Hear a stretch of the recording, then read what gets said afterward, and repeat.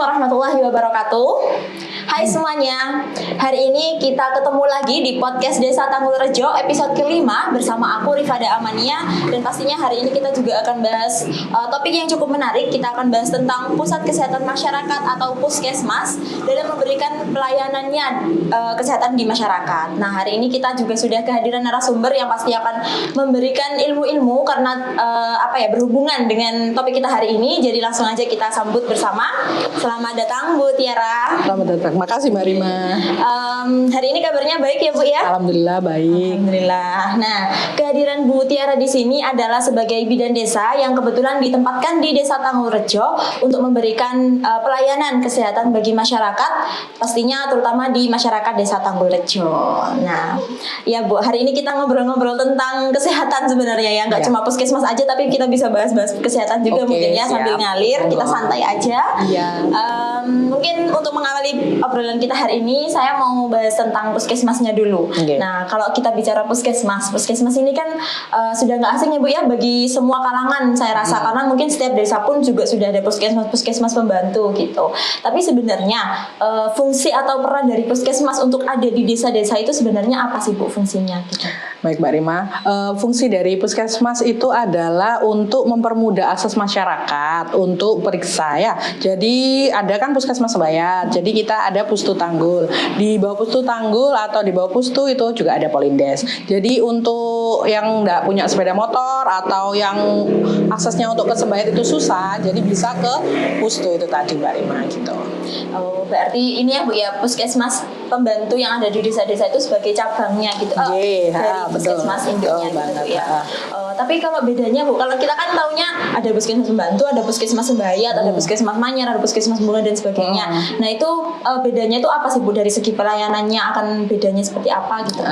Kalau puskesmas Sebayat sama Bunga itu kebetulan memang puskesmas induk ya Mbak Rima ya. Kalau Pustu itu karena anak cabang, jadi kita itu pelayanannya otomatis lebih dasar. Jadi kayak seumpama kayak tensi kayak gitu, terus habis itu kayak cek lab dasar.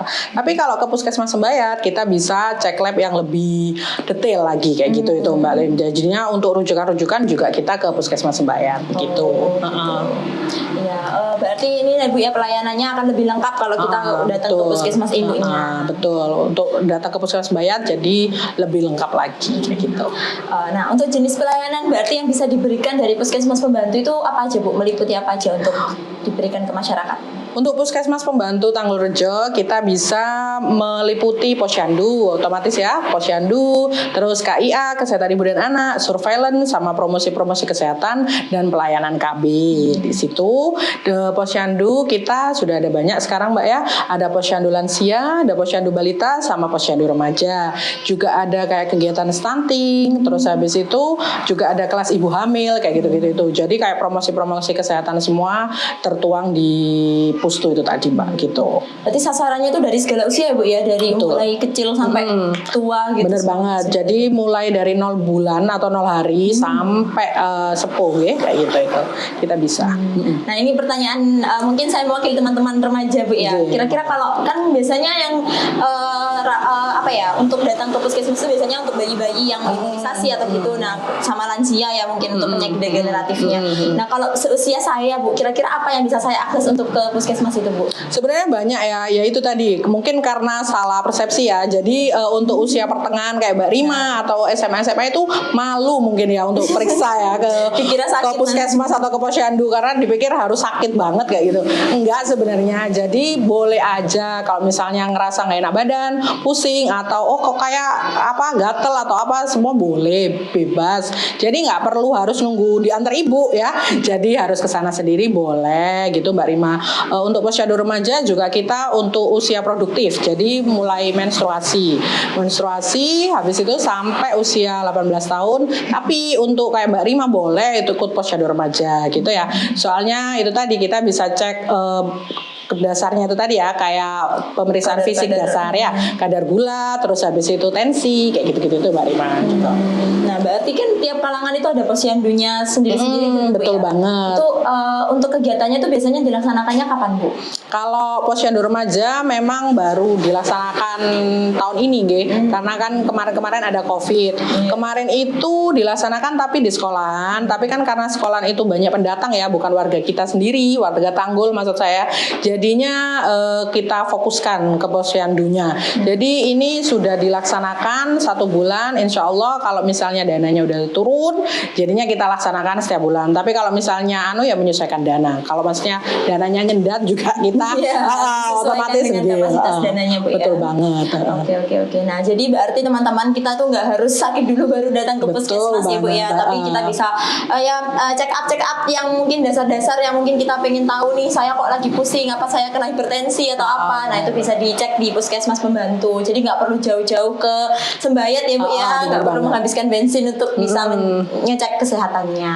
Nah, sebenarnya kan kehadiran puskesmas ini kan sebagai ini, Bu, ya, upaya pencegahan, Bu, ya. Jadi nggak harus mengobati tapi juga mencegah, memberikan penyuluhan-penyuluhan seperti itu. Jadi bisa mengakses informasi-informasi teman-teman. Jadi misalkan kalian bingung tentang informasi-informasi kesehatan dari dirinya sendiri, bisa tanya-tanya ke puskesmas. Mungkin Bu Tiara dengan senang hati ya, Bu, ya, memberikan informasi. Iya, benar banget dengan senang hati. Apa namanya itu kan karena penyuluhan kayak catin, calon pengantin kayak Mbak Rima kan usia catin ya. Bukan ada condohnya ya. Amin. Itu kalau untuk calon pengantin kita itu memang di puskesmas Sembayat, tapi karena kita nggak tahu kan apa yang harus dibawa, bisa ke pustu dulu untuk tanya apa aja dibawa. Yang pasti yang dibawa itu KTP sama fotokopi BPJS kalau punya, kalau nggak punya ya foto KTP itu aja. Kalau misalnya mau ke puskesmas Sembayat bisa kapan saja, pokoknya jam kerja, Habis itu di sana nanti kita akan didaftar dulu di loket. Setelah di loket kita ngomong kalau kita mau menikah, nanti kita diarahkan ke poli KIA. Di puskesmas Sembayat itu ada poli-polinya sendiri, Mbak Rima, ya. Ada poli gigi, ada poli anak, ada poli lansia, ada poli umum, sama ada poli KIA itu tadi. Jadi nanti setelah diperiksa di poli KIA, pemeriksaan dasar, di tensi segala macam, nanti Mbak Rima disuruh ke lab. Nanti di lab itu nanti kita dicek darah, kadar hemoglobinnya, terus habis itu kita juga dicek kencing di situ Mbak Rima gitu. Spesifik ya, Bu, ya, banyak juga ternyata banget. Kompleks gitu. Bener banget. Oke. Nah, nyambung juga, Bu, masalah gimana kita mengakses ke fasilitas pelayanan kesehatan gitu kan. Puskesmas masuknya ke tingkat pertama yang harus pertama kali diakses gitu. Nah, kira-kira kalau misalkan sakit, Bu, ya di rumah nggak bisa bangun untuk pergi ke pustu, nah itu apakah bisa mendatangkan Bu Tiara untuk datang ke rumah memberikan pelayanan atau seperti apa, Bu? Bisa sebenarnya, ya itu tadi seperti kata Mbak Rima, karena kalau memang kondisi tertentu kayak memang stroke atau memang benar-benar nggak bisa bergerak atau sakit banget nggak bisa jalan atau habis jatuh gitu boleh. Jadi di pustu itu ada 2 tenaga kesehatannya, ada saya bidan selaku bidan, ada juga teman saya namanya Mbak Winda itu juga bisa ya. Jadi konsultasi bisa 2 tenaga kesehatan itu tadi gitu. Tapi dengan kondisi tertentu. Karena apa? Karena kan kalau misalnya kita fokus ke mendatangi rumah kan kosong ya pustunya, kasihan sama yang sudah datang Terus kita juga banyak kegiatan itu tadi ya Mbak ya, kayak atau kelas ibu hamil, kayak ini pemberian PMT untuk ibu hamil yang kurus kayak gitu ya. Kek itu apa? Kurang energi kronis. Jadi kita itu ada pemberian kayak biskuit, susu. Itu kebetulan dapat dari puskesmas pusat ya, dari pusatnya sana. Jadi kita langsung distribusikan ke ibu hamilnya itu tadi gitu. Jadi makanya nggak bisa panggilan terlalu lama gitu. Nah, tadi kan Bu Tiara sudah menjelaskan banyak ya program-program, kemudian mungkin posyandu-posyandu yang terlaksana gitu. Nah, kira-kira Bu selama Bu Tiara bertugas di Tanggulrejo, nah itu kendalanya apa sih, Bu, kira-kira untuk menjalankan berbagai programnya ini semua? Yang pasti nomor 1 dana ya Mbak ya. Karena benar banget. Karena dana itu kan sekarang dana kesehatan itu turunnya ke desa. Memang ada yang ke puskesmas, tapi banyak ke desa. Makanya program-program desa itu benar-benar dilakukan kayak gitu itu. Terus habis itu kurangnya masyarakat tentang informasi kesehatan kalau di Tanggul ini. Sebetulnya di desa Tanggul ini banyak banget penyakitnya ya, cuma mungkin nggak ada yang tahu kayak gitu Mbak Rima. Contoh penyakit TBC terbanyak wilayah Pesan Bayat itu ada di kita di Tanggul. Nah gitu. Terus habis itu stunting juga kita banyak, berat badan kurang juga kita banyak sebenarnya. Terus kadar hemoglobin juga pada anak-anak remaja itu kita juga kurang. Bahkan ada yang cuma HB-nya 5. Padahal normalnya kan 12 ya, banyak banget ya. Sampai dia pucat bukan putih karena pucat kekurangan darah itu tadi kayak gitu. Karena mereka itu makme kayak gitu. Mungkin Mbak Rima ya suka kayak seblak gitu ya, bakso gitu ya.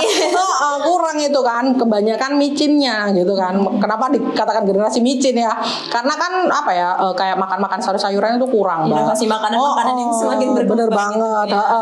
Terus habis itu kan nggak imbang, kayak buah gitu kan jarang banget. Kayak saya rasa kalau makan buah paling ya cuma sedikit kayak gitu-gitu ya. Terus habis itu kendalanya yaitu tadi ya, karena informasinya kurang, jadi kayak imunisasi pun juga ada yang menolak, Mbak Rima. Makanya saya juga kaget sebelum saya bertugas di sini kan, saya 12 tahun ada di Pustu Metoyong Gucing. Ya bukan membandingkan, cuma di sini itu memang ada yang menolak karena nggak boleh suaminya. Padahal kan imunisasi itu penting, Mbak Rima, untuk mencegah stunting juga, untuk mencegah penyakit TBC juga kayak gitu. Alasannya klasik aja sih, nggak boleh sama suaminya gitu. Istri menurut tapi ya beda konteks ya, mungkin kasihan si anak itu ya tadi. Karena apa? Karena kan imunisasi itu penting tadi ya. Karena kalau sakit bukan karena ajaib, karena memang ilmunya itu tadi, kesehatannya itu tadi ketutup karena nggak boleh, karena prinsipnya mereka itu takut, ngapain anak sehat kok disuntik, dinangisin kan kayak gitu ya. Takut aku begadang kayak gitu, sedangkan anak aku juga nyuntik anakku sendiri. Iya, jadi tak contohin ke anak saya sendiri. Jadi alhamdulillah sekarang sudah mulai termotivasi sih Mbak Rim. Dulu juga banyak banget loh yang nolak sebenarnya.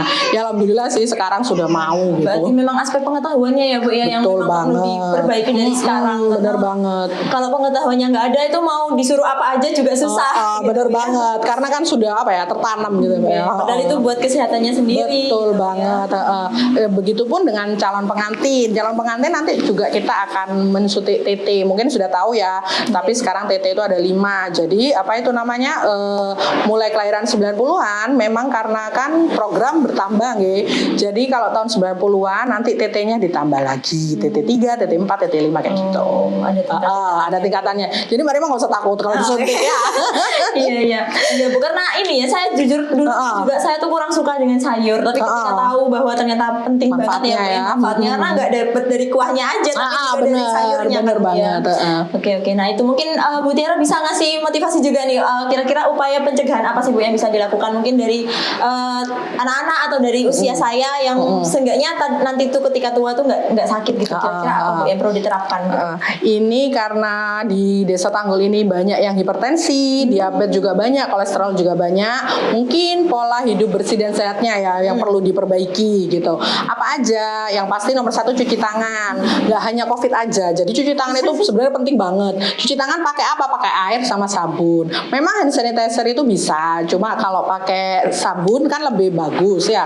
Terus habis itu yang kedua pastinya itu makan makanan yang sehat. Kalau dulu 5 sehat 4 sempurna, sekarang hanya 4 aja. Jadi namanya sekarang isi piringku Mbak Rima. Ada karbohidrat, di situ ada protein hewani sama protein nabati, habis itu ada sayur mayur sama buah-buahan. Nggak perlu mahal, sayur mayurnya apa aja boleh, buah-buahnya juga boleh. Di sini kebetulan ada yang nanam kelengkeng, jeruk atau mangga boleh diambil, tapi untuk penderita tapi khusus penderita diabetes emang nggak boleh terlalu banyak ya, memang kan. Berarti memang ini ya semakin beragam pun hasilnya semakin baik gitu, jadi nggak konsumsi itu aja. Betul banget Mbak Rima. Untuk asupan gizi, zat gizinya bisa lebih beragam. Benar banget. Iya Bu. Nah lanjut juga misalkan dari program-program ini Bu, kira-kira kalau misalkan orang-orang yang mungkin belum tahu itu gimana Bu cara memberikan informasinya kalau ternyata kita tuh ada loh program ini. Itu gimana cara ngasih tahu? Itu biasanya saya ikut program kayak PKK, pertemuan PKK, terus habis itu kita ada seminar kecil-kecilan kayak gitu. Kayak kemarin itu ada anak KKN, ada seminar tentang stunting kayak gitu. Jadi pengenalannya lebih dulu sih, lebih awal. Jadi pelan-pelan lah ya kita gimana caranya ngomong ke Pemdes, ke warga, karena program kita itu sebenarnya banyak, karena ya memang penyakitnya juga tambah banyak, tambah beragam juga kan Mbak Rin gitu. kompleks juga ya Bu ya, Iya, kalau bahas banyak. tentang kesehatan ini aspeknya nggak hanya dari asupan gizi tapi ekonomi, pengetahuan semuanya melingkupi gitu. Semuanya ya. melingkupi, betul banget. Oke, mungkin terakhir ya Bu ya, hari ini kita bisa bahas tentang aksesibilitas dari warga gitu. Mungkin dari Bu Tiara bisa ngasih pesan untuk masyarakat. Kira-kira gimana nih biar meningkatkan kesadarannya untuk nggak malu untuk mengakses ke Periksa. puskesmas dan nggak harus sakit dulu baru ke puskesmas gitu. Mungkin bisa diberikan pesan-pesannya Bu Iya, kepada baik. masyarakat. Waktu dan kesehatan adalah dua hal yang berharga, jadi nggak perlu malu untuk periksa ke Pustu Tanggul Rejo. Kami siap melayani dengan ceria gitu Mbak. Terbuka kapanpun ya, dengan senang hati memberikan pelayanan kesehatan yang terbaik untuk masyarakat demi Benar banget. kualitas generasi ke depannya. Benar Oke. banget. Nah, mungkin itu dulu Bu ya hari ini Siap. episode kita Oke. tentang puskesmas atau peran puskesmas terhadap pelayanan kesehatan masyarakat di wilayah Desa Tanggulrejo khususnya. Semoga kita bisa jumpa lagi di lain waktu. Terima kasih sudah menyimak obrolan kita hari ini. Kurang lebihnya mohon maaf. Terima kasih. Wassalamualaikum warahmatullahi wabarakatuh. Sampai jumpa.